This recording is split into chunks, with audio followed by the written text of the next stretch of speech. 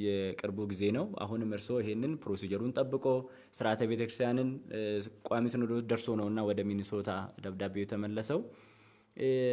አሁን ይሄ በእንዲህ እንዳለ በእውነቱ አብያተ ክርስቲያናቱ ሁሉም በቅዱስ ሲኖዶስ ስር አሉ ማለት እንችላለን? እንዲያጠሩልኝ የምፈልገው። እግዚአብሔር ይስጥልኝ ስለ ጥያቄው፣ እግዚአብሔር ይስጥልኝ። በእውነቱ እኔ ሃይማኖት አባት ነኝ፣ መዋሸት አልችልም። በእውነት እንን የሃይማኖት ምልክት ሁሉ በራሴ ላይ በእጄ ላይ እንደዚህ አድርጌ መዋሸት አልችልም። እና በአሜሪካን ያሉት አብያተ ክርስቲያናት በሕገ ቤተ ክርስቲያን ሲኖዶሱ ስር ናቸው ብዬ ሙሉ በሙሉ መናገር አልችልም። ይሄንን የከፈትኩትን እኔ ከፈትኩት ስለሆነ ሕጉንም የሰራ ነው እኛ ስለሆነ በእርግጠኝነት መናገር ይችላሉ።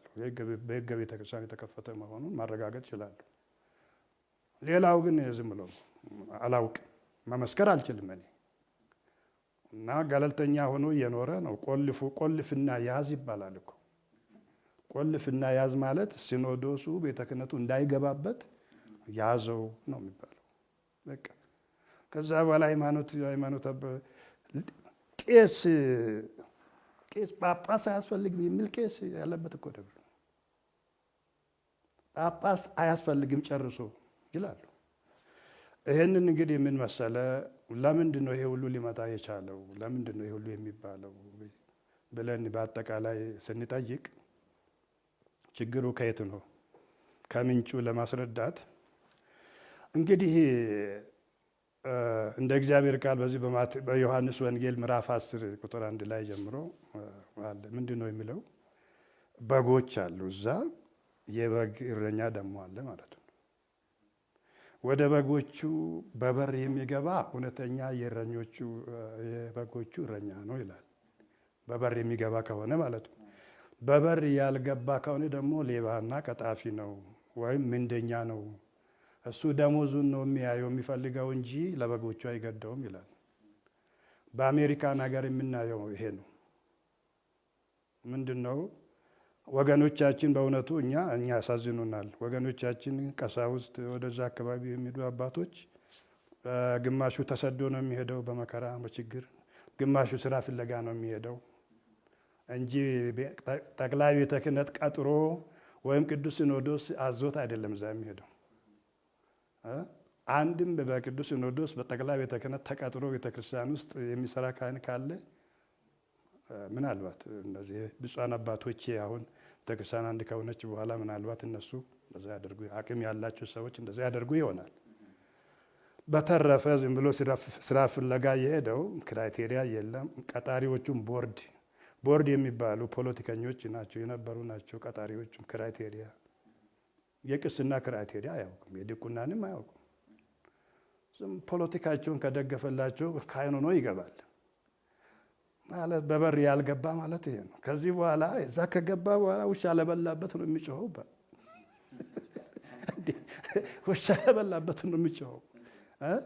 ስለዚህ ከዛ በኋላ ፖለቲካውን መደገፍ፣ በቃ ከነሱ ጋር አንድ መሆን፣ የራሱን ደግሞ ኑሮ ማመቻቸት ነው እንጂ ለሕገ ቤተ ክርስቲያን ተቆርቋሪ አለ ብለን እና ስለዚህ በበር የገቡና እኔ እግዚአብሔር የተመሰገነ ይሁን፣ ክብር ምስጋና ለፈጣሪ፣ ቅዱስ ሲኖዶስ ወክሎኝ ልኮኝ ነው ሄድኩኝ። በበር ነው ሄድኩኝ፣ በመስኮት አይደለም። ስለዚህ በበር ስለሄድኩኝ ሌሎቹ ቀደም ብለው በበር ያልገቡ ያው እንግዲህ እያገዙኝ ነው ማለት ነው። እየረዱኝ ነው፣ እየተባበሩኝ ነው። ይህ በጣም ያሳዝናል። ብፁዕነቶ ቶሎ እልባት ቢያገኝና ቤተክርስቲያኒቷ ቅዱስ ሲኖዶስ የራሷ የሆነች ምእመናንን በጊዜ ቢሰበስብ አግባቡ የሆነ በስርዓት በቀኖና በትምህርቱም ደግሞ የዶግማውን ተጠብቆላት በአግባቡ ብትመራ ይሻላል የሚል እኔም የልጅነቴ ምክር አለኝ። ብፁዕነቶ ብዙ እንደታገሉ እንዳለና ብዙ ነገሮችን እየለወጡ እንዳለም ተስፋ እናደርጋለን።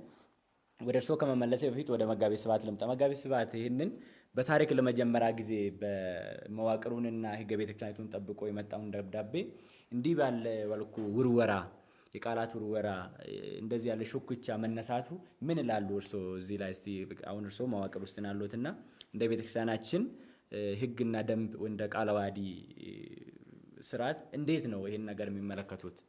አመሰግናለሁ። ትንሽ ነገሮቹ ወደ ስሜታዊነት ይሄዱ ይመስላሉ። እንደው ዝም ብለን ስናያቸው ስሜታዊነት ነው ብዙ ጊዜ እያነበብኩ ያለሁት። በተለይ በዚህ መግለጫዎች ላይ በሁለቱ አብያተ ክርስቲያናት በተለይ በሚኒያፖሊስ ደብረ ሰላም ቅዱስ መድኃኔ ዓለምና ቅድስት ሥላሴ ቤተክርስቲያናት በሁለቱ አብያተ ክርስቲያናት የተሰጠው መግለጫ ስሜትንና ጥላቻን በሰፊው የታየበት ነው ያየሁት። የሆነ ሆኖ ግን ቤተክርስቲያን ህግ አላት። ከምንም በላይ ህግ ነው የሚገዛን። መግለጫቸው ውስጥ በጣም በሚያሳዝን ሁኔታ ህዝቡን የማወናበድ ስራ ሁሉ ሰርተዋል። ምን የሚል የኦሮሚያ ቤተ ክህነት የሚባል ነገር የለም። በእውነት የኦሮሚያ ቤተ ክህነት ቤተ ክርስቲያን የሚል ነገር የለ፣ አልተነበበምም፣ አልታየም። ቅዱስ ሲኖዶስም አላሉም፣ ብፁዕነታቸውም አላሉ፣ ሀገረ ስብከቱም አላሉ። ስለዚህ የማወናበድ ስራ ሁሉ ሰርተዋል በመግለጫቸው ላይ። ህዝቡን ማታለል ማለት ይሄ እኮ ሐሰተኝነት ነው። ቤተክርስቲያን አውደ ምህረት ላይ የምህረት አውድማ ላይ ቆሞ ሐሰትን መናገር በራሱ ኃጢአት ነው። ስለዚህ ከምንም በላይ ህግ ቢገዛን በጣም ጥሩ ነው። በተለይ ህገ ቤተክርስቲያን ሁላችንም ቢገዛን ጥሩ ነው። ህገ ቤተክርስቲያን ለቤተክርስቲያኒቱ የተሰጠ መተዳደሪያችን ነው። ይህንን ህገ ቤተክርስቲያን መጠበቅ ካልቻልን ቤተክርስቲያኒቷን መጠበቅ አንችልም። በአንድ በኩል ስሜታችንና የራሳችን ጎጥ ብቻ የኛ ስሜት ብቻ እንዲስተናገድ እንፈልጋለን። የኛ ጎጥ ብቻ የበላይነት እንዲያገኝ እንፈልጋለን።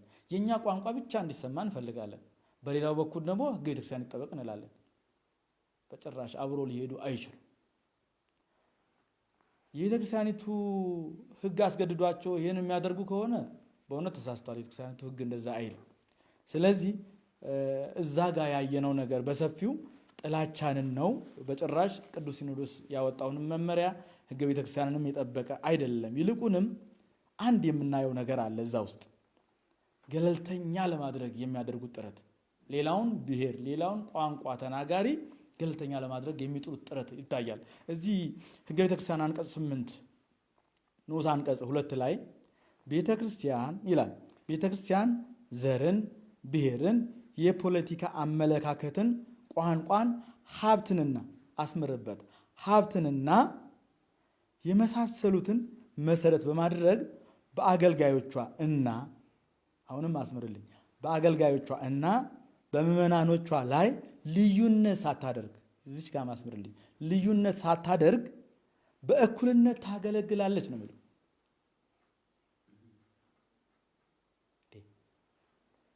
ይህ ህገ ቤተክርስቲያን እዚህ አሁን የምናየው ቤተክርስቲያኒቷ ዘርን፣ ብሔርን፣ የፖለቲካ አመለካከትን፣ ቋንቋን፣ ሀብትንም ጭምር የመሳሰሉትን መሰረት በማድረግ ሀብታምና ድሃ አትለይም ማለት ነው።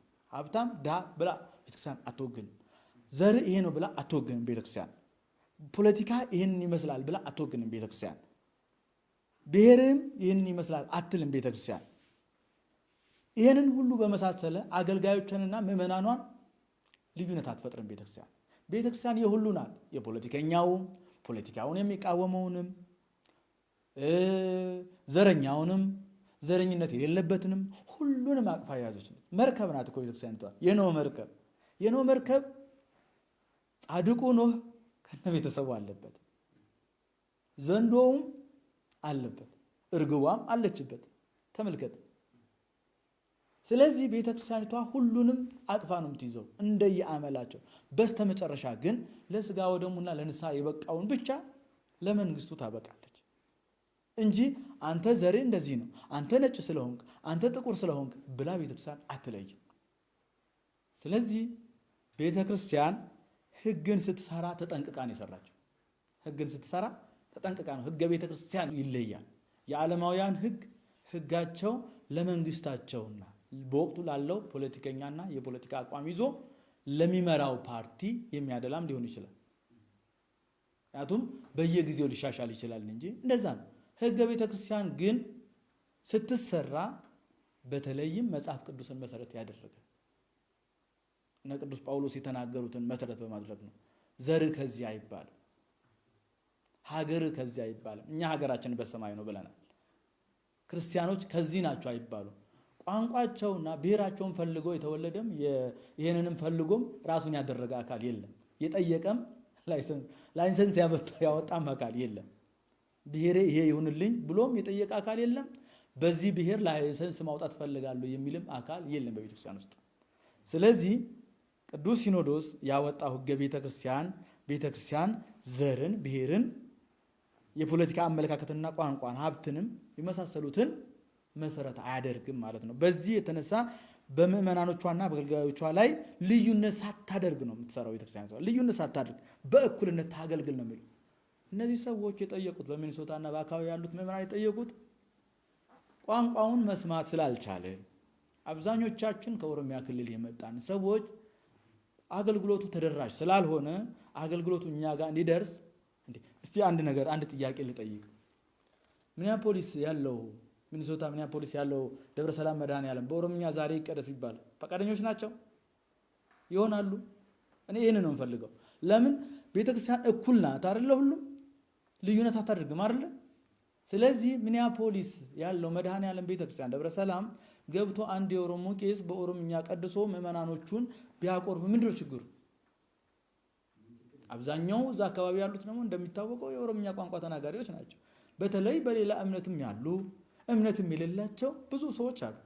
እነዛን ሰዎች አስተምሮ በቋንቋ በተለይ በትልቁ ካቴድራል በደብረ ሰላም መድኃኔዓለም በኦሮምኛ ሰብኮ ቀድሶ አቁርቦ ህዝቡን መመለስ አይቻልም ነበር? ቋንቋ ማስፋፊያ ነው ካል፣ ቋንቋ መገልገያ ነው ካል፣ አገልግሎት መስጫ ነው ካል ለምን አልተደረገ? እነሱ ለምን አላደረጉትም? የኔ ብቻ የሚል ነገር ስላለበት ነው። የኔ ቋንቋ የበላይ ነው የሚል ነገር ስላለበት ነው። እኔ ይሄን ነው የሚታየኝ። ስለዚህ የቅዱስ ሲኖዶስንም ልዕልና የተጋፋ ነው ይሄ መግለጫ ብዬ ነው የምመለከተው። ሌላው በዚህ በቃለ ዓዋዲያችን በአንቀጽ 44 በንዑስ አንቀጽ ማለት ነው 7 ላይ በሀገረ ስብከቱ ስለሚተከሉ አብያተ ክርስቲያናት ይተልትናል። ቅድም ብፁዕነታቸው ያሉት ነገር ነው። ቃል በቃል ሳነበው በሀገረ ስብከቱ ክልል ውስጥ አዳዲስ ለሚተከሉ አብያተ ክርስቲያናት በቀኖና ቤተ ክርስቲያን መሰረት ፈቃድ ይሰጣል፣ የመሰረት ድንጋይ ይጥላል፣ ያኖራል፣ ቅዳሴ ቤቱን ያርካል፣ ያከብራል። በዕለቱ ብፁዕነታቸው ቡራኬ ከሰጡ በኋላ የሰጡት በግዕዝ ቋንቋ ነው፣ ቡራኬው ነው። ምክንያቱም ቤተክርስቲያናት ኩላዊት ናት ብለናል በባህሪው። ስለዚህ በግዕዝ ቋንቋ መሰረታዊ ቤተክርስቲያን ቋንቋ በሆነ በግዕዝ ቋንቋ ቡራኬውን ሰጡ። ቀኖናቱን በሙሉ እዝሉንም መሩ በራሳቸው ማለት ነው። የሚያስፈልገውን ቃል እግዚአብሔር ራሳቸው እየባረኩ መተባበር ነበረባቸው። ሰዎች እንዳልተገኙ ሚዲያው ራሱ ይናገር ነበር። ብፁዕነታቸው ብቻቸውን አንድ ካህን ይዘው በጣም ያሳዝናል። ይሄ ማለት ለምእመናኑ ያላቸውን ጥላቻ የሚያሳይ ነገር ነው። መሆን የለበትም። ካህን ዘረኛ መሆን የለበትም። ካህን የአንድ ወገን ብቻ መሆን የለበትም። የሁሉን መሆን ያለበት። እና ቅዱስ ጳውሎስ እኮ ምኩራብ ገብተው የአይሁድ ልብስ ለብሰው እነሱን መስለው ሰብከው ነው የመለሱት እንጂ ከነሱ እየሸሹ እነሱን እያጥላሉ እንደዚህ ናችሁ እያሉ እንዴት አይነት ትምህርት ነው የምንሰጠው? እንዴት አይነት አገልግሎት ነው የምናገለግለው?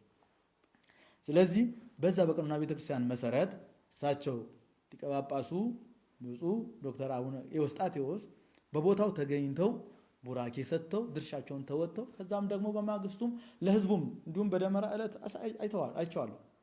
በደመራ በህዝቡ አዋጅ ነግረዋል። ኑ ነገ እንግዲህ ቅዳሴ ቤቱን እናከብራለን በሚል ሄደው አዋጅ ነግረዋል። ከዛ በኋላ በማግስቱ ሄደው ቀድሰው አቁርበው ህዝቡን አስደስተው ይሄ የሊቀ ጳጳስ ድርሻው ይሄን ድርሻቸውን ተወጥቷል። በዚህ በቃለ ዓዋዲው ህግ መሰረት ማለት ነው። የቀደሱት በኦሮምኛ ነው እንዴ? በአማርኛ እኮ ነው የቀደሱት ራሳቸው ማለት ነው። በግዕዝ ቋንቋ ነው የቀደሱት። ስለዚህ አንድ ቋንቋ ላይ የተመሰረተ የሚያስብል ምን ተገኘ? እንዲሁም ቅዱስ ሲኖዶስ የሰጠውን መመሪያ ጭምር ነው በዕለቱ የተገበሩት። በሁሉም ቋንቋ በግዕዝ ቡራኬ ሰጥተው ቀድሰው በአማርኛ ሰብከው በኦሮምኛ ሰብከው ህዝቡን አጽናንቶ መመለስ የሊቀ ጳጳሱን ድርሻቸውን ተወጥቷል። የተሰጣቸውን ኃላፊነት ተወጥቷል። ካህናቱን ግን በጣም ያሳዝናል።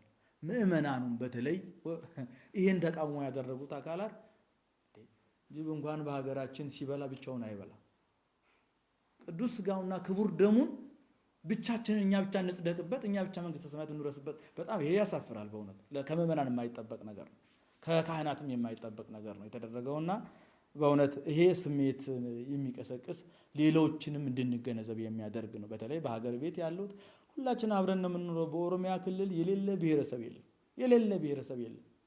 ሁሉም ብሔረሰብ በኦሮሚያ ውስጥ ይኖራል። በኦሮምኛ ብቻ ስማ የሚል ቋንቋ የለም። እኛ ስብከት ስንሄድ ከስብከተ ወንጌልና ሐዋርያ ተልእኮ መምሪያ ስንላክ ለስብከተ ወንጌል በአማርኛ ኦሮሚያ ክልል እኮ ነው ስንላክ በአማርኛም በኦሮምኛ በግዕዙም የቻለ ሌላም ቋንቋ እየጨመረ በአካባቢው ላይ የሚነገረውን ቋንቋ እየተናገረ በጉራግኛ በተለይ በዚህ በሶዶ አካባቢ ኦሮምኛ አለ፣ ጉራግኛ አለ፣ አማርኛ አለ። ሁሉንም ቋንቋ እየተጠቀሙ ነው። በብፁዕ አቡነ ሳዊሮስ በሚመራ ሀገረ ስብከት ማለት ነው። በሰፊው ነው አገልግሎቱ የሚሰጠው። ስልጠና እንኳን ሲሰጥ በዚህ በሀገር ቤት በብፁዕነታቸው በአቡነ ሳዊሮስ ሀገረ ስብከት በጉራግኛ ይሰጣል ስልጠና፣ የካህናት ስልጠና ማለት ነው። በጋሞኛ ይሰጣል። እንደገና ደግሞ በወላይትኛ ይሰጣል፣ በአማርኛ ይሰጣል። ይሄንን ሁሉ ካደረጉ በኋላ ለአካባቢው በሚናገሩት ቋንቋ በተለይ እዚህ ወጨጫ ማርያም አካባቢ አብዛኞቹ የጋሞ ብሔረሰብ ያለበት አካባቢ ነው። እዛ አካባቢ ሰባኪ ተመርጦ በጋሞኛ የሚሰብክ ሰባኪ ነው የተመደበው በደቡብ ምዕራብ ሸዋ ሀገረ ስብከት።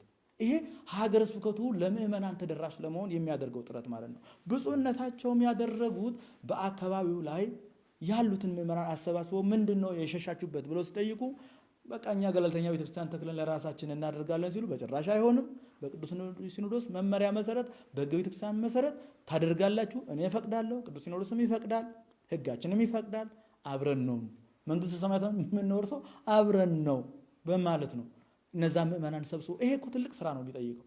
ይሄ እኮ ሊያሸልም ነው የሚገባው እንጂ ሊያሸሽና ይልቁንም ሌላ መግለጫ ማውጣት ማለት በሀገር ውስጥ ያሉትንም ምእመናን ያላገናዘበ ነው ብዬ ነው የማስበው። መጋቤ ስብሐት ሰፊ የሆነ ማብራሪያ አንስተዋል። ያው ቅድም እንዳነሱት ሕገ ቤተክርስቲያን ቃለ ዓዋዲ አላት ቤተክርስቲያን እንኳን ለራሷ ለዓለማዊው የምትተርፍ ናት፣ በሕግ በስርዓት ማለት ነውና የሕግ መውጫ ትምህርት ሚኒስቴር ሳይኖር ትምህርት ሚኒስቴር ሕግ ክፍል ሳይኖር ሕግ ክፍል ሆና የኖረች ሀገርም እናት ቤተክርስቲያን ናትና ምናልባት ብፁዕነቶ እዛ ጋ እንግዲህ እርስዎ ቤተክርስቲያን በመክፈቶ ብዙ ነገሮች ይነሳሉ። የኦሮሚያ ቤተ ክህነት ነው፣ አንድ ወገንን ያማከለ ነው እየተባለ ይነሳል። ነገር ግን እርስዎ ኦክቶበር 2 ወይም ደግሞ በእኛ መስከረም 15 ቤተ ክርስቲያንን ሲከፍቱ እንዴት ነበረ የነበረው የመንፈሳዊ ሁኔታ? ደግሞም እግዚአብሔር ሲያግዞት እንደነበረ ቅድም ሲያጫውቱኝ ነበረና እንዴት ነው? ምን ተመለከቱ እርስዎ? እስቲ እዛ የነበረውን ትዝታው እናስታውሱ። በጣም ጥሩ ጥያቄ ነው። እንግዲህ ሁለት የተለያዩ ነገሮችን ለማየት ችያለሁ። አንደኛ ከሰዎች የምናገኘው ተቃውሞ ነበረ። በሕጋዊ መንገድ የተከፈተውን በሕገ ቤተክርስቲያኑን ጠብቆ የቅዱስ ሲኖዶስ መመሪያ ጠብቆ የተከፈተውን ቤተክርስቲያን መቃወም ተሰምቶም ታይቶም የማይታወቅ ነበረና እዛ ላይ አለመተባበር፣ ሁሉም የተባበረ ሰው የለም። መሪጌቶችም አልመጡም፣ ቀሳውስትም አልመጡም። በጣም የሚያሳዝን ነበርና እኔ ከሊቃውንቱ ጋር አስቀድሜ ተነጋግሬ በዕለቱ መሆን የሚገባውን ዑደቱ ላይ ታቦቱን ስናዞርና ስንባርክ አንዳንድ መዝሙሮች አሉ፣ ቅኝቶች የነበሩና ያንን ምራቶቹን እኔ ራሴ እየመራሁኝ እንደ ነገሩ አድርገን ባህሉን እኔ ብቻዬን በደብሩ ላይ ካለው ካህንና ዲያቆናት አሉ፣ ኦሮምኛ ተናጋሪ ዲያቆናት፣ ከነሱ ጋራ ያንን አደረግን ማለት ነው። ይህ እንግዲህ ቀኑ በ15 ነው ኢትዮጵያ አቆጣጠር መስከረም 15 ቀን ነው። ከሰዓት በኋላ ደመራ እናከብር ነበርና ደመራ ላይ ሄጄ ቤተክርስቲያን ተከፍተዋል፣ አይክፋችሁ፣ ደስ ይበላችሁ ብዬ አናውንስ አድርጌያለሁ ማለት ነው። ያ ነገር ግን በጣም እንደጎዳቸውና ከዛ በኋላ ሌሊቱን ሁሉ ስብሰባ ላይ እንዳደሩ ነው ኢንፎርሜሽን የደረሰኝ ማለት ነው። እና ይሄ ከሰው ዘንድ ያስተናገርነው ተቃውሞ፣ ጥላቻ ነው ነበረ። ከሁሉ በላይ ደግሞ ከእግዚአብሔር የምናገኘው ይበልጣል። እግዚአብሔር ምን አደረገልን ብለን ስንጠይቅ ደግሞ እግዚአብሔር ከኛ ጋር ሆኖ ይህንን ስራ እንድንጀምረውና እንድንፈጽም አድርጎናል። ወግዞ ወጣኔ ኩሉ ወፈጻሜ ኩሉ እንዳለ ሊቁ ሁሉንም የጀመረ ሁሉንም የጨረሰ እሱ ነውና በሰላም አስጀምሮ በሰላም እንድንፈጽም አድርጎናል። ሁለተኛ ይሄ ቤተ ክርስቲያን እኔ ሳላውቀው ምንም በእውነቱ አስቤ ሳይሆን ድንገት የቤተ ክርስቲያን ህንጸተ ቤተ ክርስቲያን የሚከበርበት ቀን ቅዳሴ ቤቱ እንዲከበር የተደረገው በመንፈስ ቅዱስ መሪነት በእግዚአብሔር ፈቃድ መሆኑን ይሄ ደግሞ ምንን አስተምሮኛል? እኛ እንፋጭበት እንጣላበት እንጂ እግዚአብሔር እጅ እንዳለበት በማግስቱ በ16 አሁን ህንጸተ ቤተ ነው በቅዳሴ እንግዲህ ይሄ የታወቀ ነው። ማንኛውም በግጻዊ ብትመለከተው መስከረም 16 ህንጸተ ቤተ መቅደስ ነው እና ወኮነ ታድሶ ህንጸታ ለቤተ መቅደስ ይላል እና ስለዚህ እለቱ ቅዳሴ ቤቱ የተከበረው የዛለት በመሆኑ በጣም ደስ ብሎኝ፣ ይህ ደግሞ ምንን ያሳያል? እነዚህ የተናቁ የተረሱ የተጠሉ ሰዎች ወገኖች ምን ያህል እግዚአብሔር እንደሚወዳቸው እኛ ሳናስበው ዝም ብሎ አምጥቶ በዛ በጥንታዊ ታሪክ ቤተክርስቲያኒቷ በጥንተ መሰረት የተመሰረተችበት ቀን ላይ መዋሉ የእግዚአብሔር ፈቃድ እንዳለበትና እነዚህን ሰዎች ምን ያህል እግዚአብሔር እንደሚወዳቸው የሚያሳይ ነበርና በሰው ዘንድ የተጠላ በእግዚአብሔር ዘንድ ደግሞ የተወደደ ይሆናል የሚለውን አምላካዊ ቃል የተማርኩበት ነው እና የሰውን ማየት አያስፈልግም፣ የእግዚአብሔርን ማየቱ ይበልጣል ብዬ በአንድ በኩል ደስታ፣ በሌላ መልኩ ደግሞ የሚደረገውም ይሄ ጥላቻው መጥፎ ነገር ያሳዝንሃል፣ ግን እግዚአብሔር ደግሞ ያስደስትሃልና ይህንን ተምሬበታለሁ ይልሃለሁ። በዚህ መልክ ነው ቤተክርስቲያኑ የተከፈተው። መልካም ብፁዕነቶ፣ እርሶ አናውንስ ካረጉ በኋላ ምናልባት ቅድም በቪዲዮም ስንመለከት ነበረና ከአዲሱ የተከፈተ ቤተክርስቲያን ውጪ ሁሉም አብያተ ክርስቲያናት በአንድ ድምፅ ይሄን እውቅና አንሰጥም እያሉ ነበረና ይሄ ምን ያሳያል? እንደው ከቤተ ክርስቲያን ቀኖና አንጻር ከቤተ ክርስቲያን ስርዓት አንጻር ሲኖዶስ የወሰነውን ሊቀ ጳጳስ እውቅና የሰጠውን ሀገረ ስብከቱ ያመነበትን እንዴት ነው ይሄንን የሚመናን ደስታ ማጨናገፍ ጋር ያይዞ እንዴት ነው የምንመለከተው? ብፁዕነቶ ወደፊትስ እንደዚህ ያሉ ነገሮች ከቀጠሉ ቤተ ክርስቲያንስ ምንድን ነው ማድረግ ያለባት? መፍትሄውስ ምንድን ነው? ምንስ መደረግ አለበት? ከቤተ ክርስቲያን አንጻር ብፁዕነቶ ምን ይላሉ? ይሄንን ጥሩ ጥያቄ ነው። እንግዲህ ምን መሆን አለበት የሚለው ለምንድን ነው እነዚህ ሰዎች ይህን የሚያደርጉት? አሁን በተለይ እንግዲህ አንዳንድ ነገሮች ልንጠነቀቅባቸው የሚገቡ ነገሮች አሉ። ሁሉም አብያተ ክርስቲያናት የሚለው እኔ አላምንበትም። ሁሉም አብያተ ክርስቲያናት እዚህ ውስጥ ይገባሉ ብዬ አላምንም። ኦልሬዲ አስቀድሞ እኛ ሀገረ ስብከቱ የሰጠውን መመሪያ እንቃወምም ብለው ሲናገሩ የነበሩ አድባራት አሉ፣ እኔ የማውቃቸው።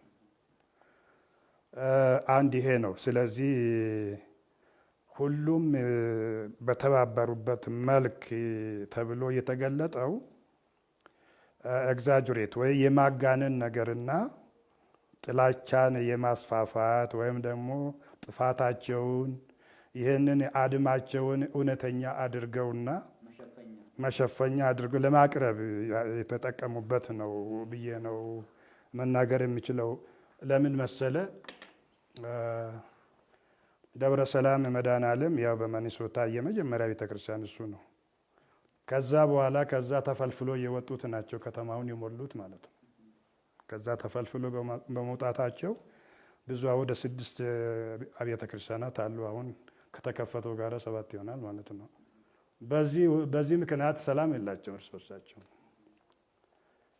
የአንዱ ደብር አገልጋዮች ሌላ ደብር ላይ ሄደው በዓል እኮ ለማክበር እኮ አይችሉም። ለምን? ቦርዱ ይከለክላል። ካህናቱ ይፈልጋሉ፣ መገናኘት ይፈልጋሉ። ግን ቦርዱ ቀጥሮ ስለሚያሰራቸው ወደዛ የሚሄዱ ከሆነ ደሞዝ ይቀንስ፣ ያባርራቸዋል፣ ይቀጣቸዋል። ስለዚህ ፈርቶ ይኖራል። ሰው እንጀራ ፍለጋ ነው የሚሄደው። ሊቁ እዛ ሄዶ እነሱ ቁጥጥር ስር ሆኖ ፉዞ ሆኖ ይኖራል። በጣም በእንጀራ ይመጡብኝ ይላል። ልጆቼን ላሳድግ ብሎ በዚህ ምክንያት ቅር እያለው መዛዙም ብሎ ይቀራል ማለት ነው። እና ስለዚህ አንድ ካህን እዛ ሄዶ ማገልገል የማይችልበት ሁኔታ ነው ያለው። ሁለተኛ እዚህ ጋር አንድ ታቦት መድኃኔዓለም ክብር እዚህ ከሆነ እዛ ጋር መድኃኔዓለም ክብር ነው በተመሳሳይ ሰዓት ቀን። ይህ ምንድን ነው? እንዳይገናኙ ነው። ሰው እንዳይገናኝ አይደለ? ይሄ ወይም ደግሞ ፉክክር ነገር ወይስ ጥላቻ እንበለው ጦርነት። በሃይማኖት ውስጥ ሆነው የሚሰሩትን ስራ ተመልከት። እዚህ ሚካኤል የሚያከብሩ ከሆነ እዛ ጋር ሚካኤል ይከብራል። ላለመገናኘት ጥላቻ ነው እኮ ይሄ ጥላቻ ነው። ስለዚህ በዚህ መልክ በጥላቻ ያሉ እየተጣሉ እየተፋጩ እየተጋጩ ያሉ ሰዎች በመላ ሀገረ ስብከቱ ስብሰባ ቁጭ ብለን እንደዚህ ያደረግን ተብሎ የሚነገረው አሁን እውነት ይመስላል? ይሄ ውሸት ነው። ምናልባት ለፖለቲካ ፍጆታ ለፖለቲካ ሊሆን ይችላል። ዝም ብሎ የተወሰኑ ለፖለቲካ ስራ ሊሆን ይችላል። ግን እርግጠኛ ነኝ አይግባቡም፣ አይስማሙም አውቃለሁ። እኛም እኮ ለማስታረቅ ታረቁ ብዬ ሞክሬ እኮ አልተሳካልኝም። እኔ አሁን በዚህ ምክንያት አንድ ላይ እውነተኛ መጥቶ ከሆነ በጣም አንድ ነገር ነው። እኔም የሚፈልገው ነገር ነው። አንድ ላይ ከመጡ ጥሩ ነው በእውነት ግን የሚሆነው እንደ ሄሮድስ እና እንደ ጲላጦስ ጥል እንዳይሆን ነው።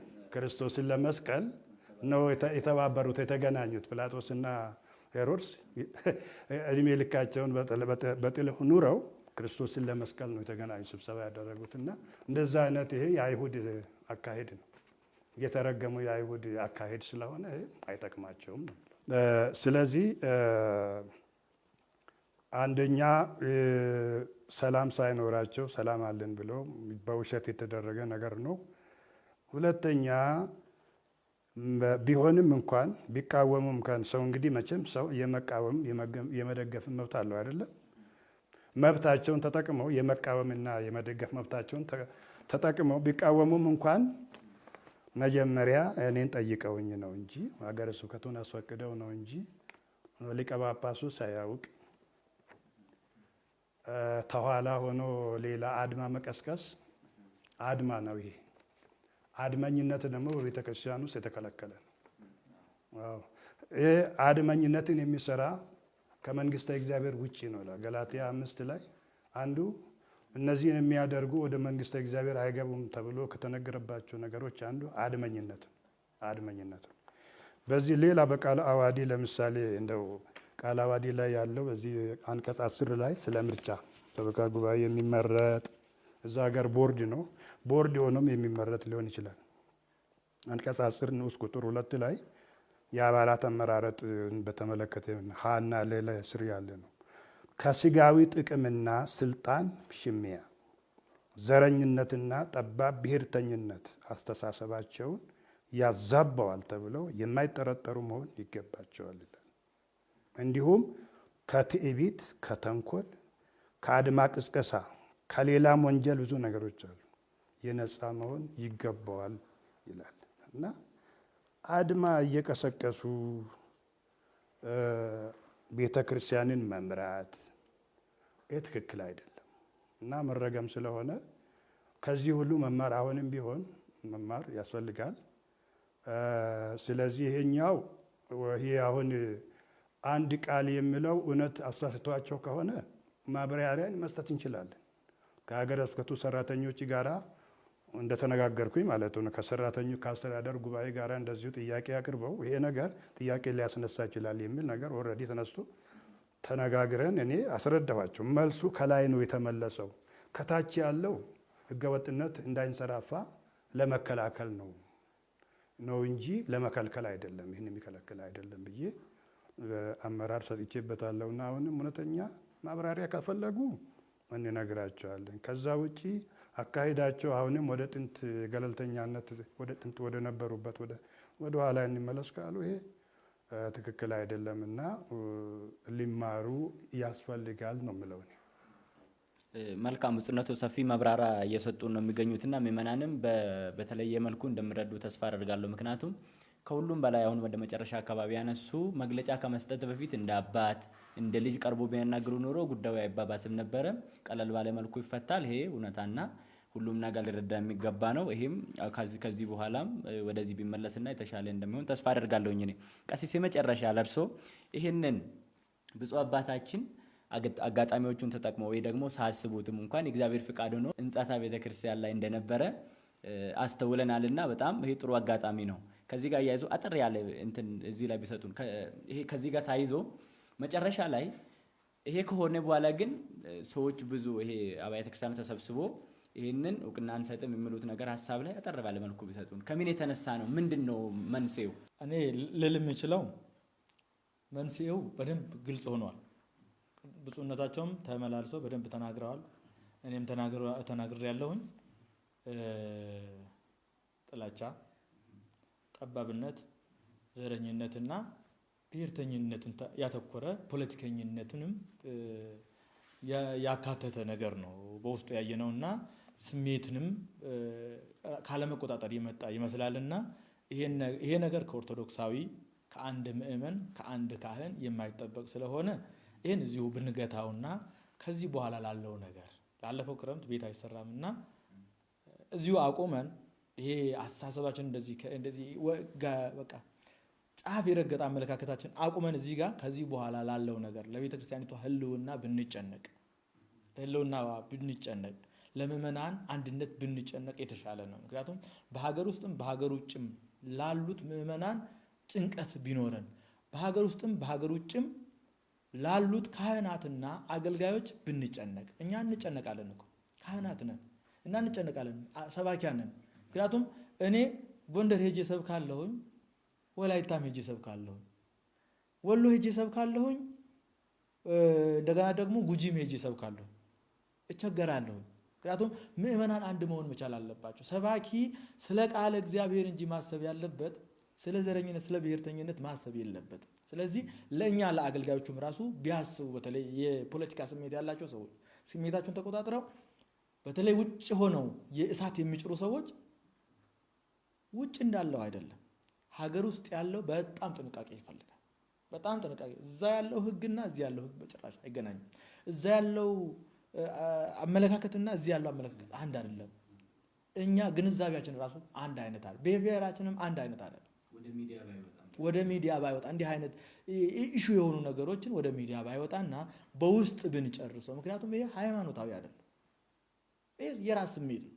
ሃይማኖታዊ ዶግማ ቀኖና ቢሆን ግን ብፁዓን ሊቃነ ጳጳሳት በተገኙበት ሊቃውንት ባሉበት ቁጭ ብለው መመካከርና እንትን ያለው ችግር ያለበትን ቦታ ነቅሶ አውጥቶ እነ መቅዶኒዎስም እነ አርዮስም እኮ የሃይማኖት ችግር ስላለባቸው ብፁዓን ሊቃነ ጳጳሳት ተሰብስበው ሰለስቱ ምዕት አስርቶ ስምንት ሩታና ሃይማኖት ይሄንን ነው የሰሩት።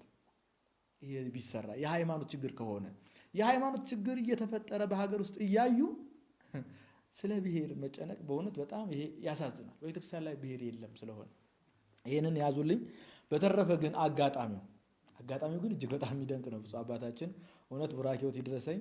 ይሄ በረከት የትም የማይገኝ ነው። እርግማኑም ጥሩ ነው፣ ተቃውሞውም ጥሩ ነው። እንዲሁም ያበረታል።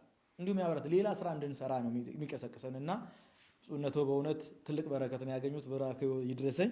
ሌላው ደግሞ በእለቱ የግጥምጥሞሹ ጉዳይ ደግሞ በጣም የሚደንቅ ነው።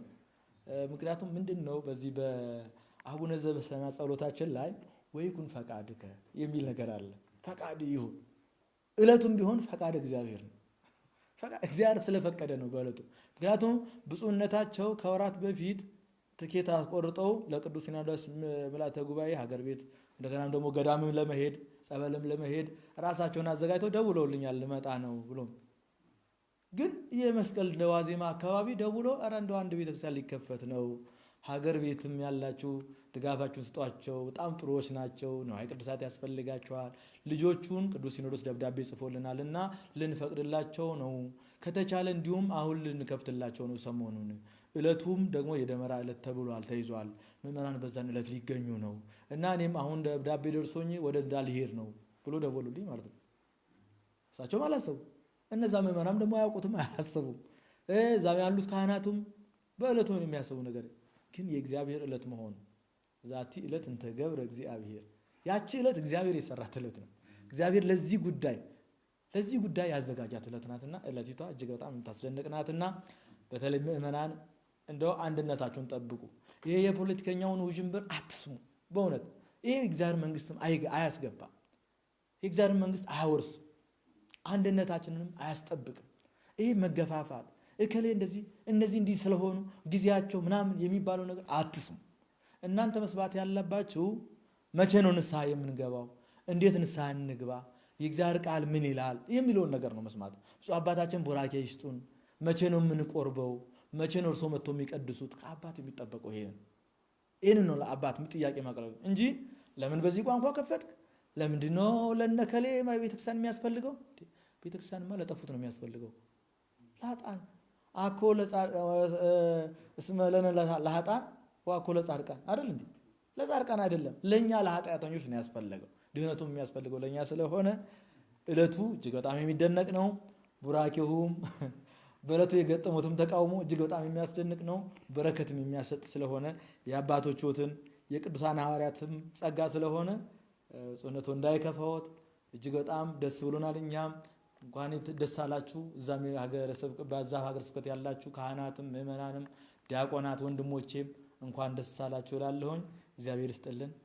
መጋቤ ስብሐት ከልብ አመሰግናለሁ። ሰፊ ማብራሪያ እየሰጡን ነው የሚገኙትና ክብረት ይስጥልኝ። ብፁዕነቱ ወደ መጨረሻ እንሂድና እንግዲህ ምእመናንም ብዙ ነገር ግልጽ እየሆነላቸው እንደተረዱት እያሉ ተስፋ አደርጋለሁ። ምክንያቱም በግልጽ ነው እያወራን ያለው እየሆነ ያለውን እየተደረገ ያለውን ደግሞም የእግዚአብሔርም ስራም እያየን ስለሆነ ስለ ሁሉ እግዚአብሔር ስሙ የተመሰገነ ይሁንና የመጨረሻ የሚጠይቁት ጥያቄ ግን አሁን አዲሱ የተከፈተው ቤተክርስቲያን ከቋንቋ አገልግሎት ውጪ የቤተክርስቲያን ስርዓት ይጣረሳል ወይ? አሁን የተከፈተ ቤተክርስቲያን ለሌሎች ቤተክርስቲያናት ጉዳት አለ ወይ? እና ይሄንን ጥያቄ ለምእመናን ካብራሩ በኋላ ቃለ ምዕዳንና ቡራኬ ሰጥቶ ቢያሰናብቱን። ቡራኬው ትድረሰኝ። በጣም ጥሩ። እግዚአብሔር ይስጥልኝ። ቤተክርስቲያኑ የሚከፈተው አሁን የተከፈተው ቤተክርስቲያን ለሌላው ምንም አደጋ የሚሆንበት ወይም ደግሞ ጉዳት የሚሆንበት ምክንያት ምንም የለውም። በእውነቱ እነሱ በቋንቋቸው የማይሰሙ እናቶች አሉ፣ ልጆች አሉ፣ አማርኛ መስማት የማይችሉ አሉ። እነሱ ይገለገላሉ። አማርኛ ተናጋሪዎችም ደግሞ ከመጡ በአማርኛ ደግሞ እየተተረጎመ አገልግሎቱ ይሰጣል ለሁሉም። እንግሊዝኛ ተናጋሪዎችም ከመጡ ለእነሱ እየተተረጎመ ይነገራቸዋል። እና ስለዚህ ምንም የሚያመጣው ችግር የለም ማለት ነው። ደስታ ነው እንጂ ችግር የለም። ስለዚህ ሕገ ቤተ ክርስቲያኑን ጠብቆ የተከፈተ ቤተ ክርስቲያን መሆኑን ምእመናን ሊረዱት ይገባል፣ ሊያውቁት ይገባል። በአሜሪካ ታሪክ ሕገ ቤተ ክርስቲያንን ጠብቆ የተከፈተ ቤተ ክርስቲያን እኔ እንግዲህ ወደ 15 አካባቢ በአሜሪካን ሀገር የኖርኩ ሰው ነኝ እና ሁሉንም ነገር አውቃለሁ። እንግዳ ሰው አይደለሁም ለአሜሪካ እና ይሄኛው ግን አዲስ እንደተናገርኩት ለመጀመሪያ ጊዜ ሕገ ቤተ ክርስቲያኑን ጠብቆ የተከፈተ ቤተ ክርስቲያን ነው። ምእመናን ይህንን ሊረዱ ይገባል። ይህንን የሚቃወሙ ሰዎች በቋንቋ ላይ በዘር ላይ የተመሰረተ ቤተ ክርስቲያን ነው ብሎ የሚያራግቡ ሰዎች መላልሼ እንደተናገርኩት ይሄ የሃይማኖት ጉዳይ ይዟቸው አይደለም። የሃይማኖት ጉዳይ ይዟቸው አስጨንቋቸው ሳይሆን የፖለቲካ የጥላቻ የንቀት ነው። በእውነቱ ከሆነ ምእመናን ይህንን ሊገነዘቡ ይሆን። እንግዳውስ በሊቀ ጳጳሱ የተከፈተውን መቃወም ነው አሁን እውነት ለቤተ ክርስቲያን መቆርቆር ማለት ነው። አሁን ይሄ እንግዲህ ሕገ ቤተ ክርስቲያንን መቃወም ማለት እኮ ሲኖዶስን መቃወም ማለት ሊቀ ጳጳሱን መቃወም ማለት እኮ ሲኖዶስን መቃወም ማለት ነው። እኔ ሲኖዶስ የማይፈቅደውን ስራ እሰራለሁ እዛ ቁጭ ብዬ ምን ማለት ነው? እና ስለዚህ ምንም ቤተ ክርስቲያንንም አይወክልም፣ ሃይማኖትንም አይወክልም። ንግግራቸው የግል ሀሳባቸውን የፖለቲካዊ አመለካከታቸውን አድርገዋል። ያ ደግሞ ቤተ ክርስቲያኒቷንም አይወክልም። ምእመናን ሃይማኖትንና ፖለቲካን መለየት ይገባል ብዬ ነው መልእክት ማስተላለፍ የምፈልገው። ታውቃላችሁ፣ ያው አሁንም ቢሆን በበለጠ ደግሞ እንዲጠነክሩ ነው። ስለ እውነት እነዚህ ሰዎች የቤተ ክርስቲያን ጉዳይ አንገብግቧቸው፣ የሃይማኖት ጉዳይ አንገብግቧቸው ከሆነ ትላልቅ በደሎች፣ ኃጢአቶች በሀገራችን በዚች ቤተክርስቲያን ውስጥ ተፈጽሞ ነበረ። ፓትርያርክ እስከ መምረጥ ተደርሶ በጎጃም ክፍለ ሀገር ውስጥ የታወቀ ፓትርያርክ ተመርጧል ተብሎ ታወጀ፣ ተነገረ በይፋ በሚዲያ። ማንም አልተነፈሰም እኮ። ከዚህ በላይ ኃጢአት አለ? ከዚህ በላይ ቤተክርስቲያኒቷ መናድ አለ? ይህንን እንደ ጽድቅ አድርገው ነው ያዩት እኮ። አልተናገሩም እኮ እነዚህ ሰዎች። በሕገ ቤተክርስቲያን የሚከፈተውን ነው የሚቃወሙት። ሕጉን ነው እየተቃወሙ ያሉት፣ ሕገ ቤተክርስቲያንን እንጂ ለሃይማኖቷ ተቆርቁሮ አይደለም። ለሃይማኖቷቸው ቢቆረቆሩ ኖሮ እዛ ፓትርያርክ ተመረጠ በተባለ ጊዜ፣ ዶግማ ተጣሰ በተባለ ጊዜ በተቃወሙ ነበር። መግለጫ አውጥተው አሁን እንዳደረጉት ቢያደርጉ ጥሩ ነበረ። ሁላችንም በእውነቱ እነዚህ ሰዎች የቤተ ክርስቲያን ልጆች ናቸው ብለን እንደግፋቸው ነበረና ምእመናን ይሄንን መለየት ያስፈልጋል ማለት ፈልጌ። ያን ጊዜ ትልቁ በደል ኃጢአት ሲፈጸም ዶግማ ሲጣስ ጸጥ ብለው ዝም ብለው ሲያበቁ፣ አሁን ሕገ ቤተ ክርስቲያኑ ተግባራዊ ሲሆን መቃወም፣ ይሄ በእውነቱ አዎ መንፈስ ቅዱስን የሚቃወመው ሌላ አካል ነው። መንፈስ ቅዱስ ሳይሆን ሌላ አካል ነው እና ስለዚህ ይህንን መለየት ያስፈልጋል። ቤተ ክርስቲያኒቷ በክርስቶስ ደም አንዴ ተመስርታለች። ያውም በታሪካዊ የጥንት ቤተ ክርስቲያን የተመሰረተችበት ቀን መስከረም እንደ ኢትዮጵያ አቆጣጠር። እኔ ሳላውቀው የሚገርም ነገር እኮ ነው እግዚአብሔር ስራ። እኔ ሳላውቀው መስከረም 16 ቀን ለመጀመሪያ ጊዜ በዓለም ቤተ ክርስቲያን የታነጸችበት ነው እና በቤተ ክርስቲያን ታሪክ ቀለሙም ሁሉም አገልግሎቱም ያንን አስመልክቶ ነው የፈጸምነውና ይሄ ምንን ያሳያል? እግዚአብሔር ነው ቤተ ክርስቲያንን የሚሰራ እግዚአብሔር ነው። እግዚአብሔር ቤትን ካልሰራ ቤትን እንሰራለን የሚሉ ሰዎች ከንቶች ናቸው ብሎ መዝሙር 127 ላይ ያለው። እኛ ባሪያዎቹ እንነሳለን፣ እንቆማለን፣ እግዚአብሔር በእኛ ላይ አድሮ ስራውን ይሰራል ማለት ነው። የእግዚአብሔር እጅ ያለበት ቤተ ክርስቲያን ነው። እግዚአብሔር ነው ቤቱን የከፈተው ለእነዚህ ሰዎች ለጠፉ ሰዎች። አደጋውን መቀነስ ነው፣ ጥላቻውን መቀነስ ነው። እነሱን ወደዚህ ማምጣት ማለት ለሀገራችን ለኢትዮጵያ፣ ለቤተ ክርስቲያናችን፣ ለእኩልነት፣ ለነጻነት፣ ለእድገት አስተዋጽኦ ያደርጋል። እኛ እኮ የተጣላውን እያስታረቅን ነው። እዛ አካባቢ ከሌሎች የሃይማኖት ድርጅቶች ጋር ሆነን ከሃይማኖት አባቶች ከሙስሊሙም ከፕሮቴስታንቱም ጋር ሆነን በሀገር ጉዳይ ላይም ስለ ሀገር አንድነት፣ ስለ ሕዝብ አንድነት፣ ስለ እርቅ፣ ስለ ሰላም እየሰራን ነው ያለ ነው። አንድ አኩራፊ እንዳይኖር እያደረግን ነው ያለ ነው። ይህንን በማድረጋችን እዛ በየሳምንቱ ተቃዋሚ የነበረው ተነስቶ ይቃወም የነበረው ቀንሷል። ወደ አንድነቱ እየመጣ ነው ያለው እና ስለዚህ ይሄ አርቆ ማየት ያስፈልጋል። ወደዛ ራቅ አድርጎ ማየት ያስፈልጋል እና በዚያን የኢትዮጵያ ሕዝብ ሁሉም በእኩልነት አገልግሎት ካላገኘ አንድ ላይ መኖር አይቻልም። በሃይማኖት ውስጥ ሆነን ደግሞ ሌላውን ሰው መግፋትም አንችልም። ክርስቶስም ይህንን አላዘዘምና በዚሁ መልኩ ተቻችለን ብንኖር ጥሩ ደረጃ ላይ እንደርሳለን። ቤተክርስቲያናችንም ታድጋለች፣ እኛም አንድነታችን ይጠነክራል፣ ሀገሪቷን ተጠቃሚ ትሆናለች የሚለውን መልእክት ለማስተላለፍ ነው። እንግዲህ አነሳስቶ ያስጀመረን አስጀምሮ ያስፈጸመን ልዑል እግዚአብሔር የተመሰገነ ይሁን እላለሁ። እኔ በዚህ ጨርሻለሁ በእኔ በኩል። ውድ የተከበራችሁና የተወደዳችሁ የኢትዮጵያ ኦርቶዶክስ ተዋሕዶ ቤተክርስቲያን ልጆች ዛሬ በልዩ ዝግጅታችን በኢትዮጵያ ኦርቶዶክስ ተዋሕዶ ቤተክርስቲያን በሚኒሶታ ሀገረ ስብከት እየሆነ ያለውን ልዩ ዝግጅት እያቀረብን ወደ እናንተ ስናደርስ ቆይታ አድርገናል። ከቆይታችን ጋርም ከአገረ ስብከቱ ሊቀ ጳጳስ ብፁዕ አባታችን አቡነ ኤዎስጣቴዎስ ዶክተር በሰሜን አሜሪካ የሚኒሶታና የአካባቢዋ ሀገረ ስብከት ሊቀ ጳጳስና የቅዱስ ሲኖዶስ አባል እንዲሁም ደግሞ በሀገር ውስጥ በመጋቤ ስብሐት ቀሲስ አብይ ዘለቀ በኢትዮጵያ ኦርቶዶክስ ተዋሕዶ ቤተክርስቲያን በመንበረ ፓትርያርክ በስብከተ ወንጌልና ሐዋርያዊ ተልእኮ መምሪያ ሰባኪ ወንጌል ጋር ልዩ ቆይታ ስናደርግ ነበረ። እኔም ቆይታውን ስመራ የነበረ መምህር ኤልያስ ሙላቱ። ከቀሪው የኦኤስኤን ዝግጅት ጋር እንድትሆኑ በእግዚአብሔር ስም እንጠይቃለን። እግዚአብሔር ሰላም በያላችሁበት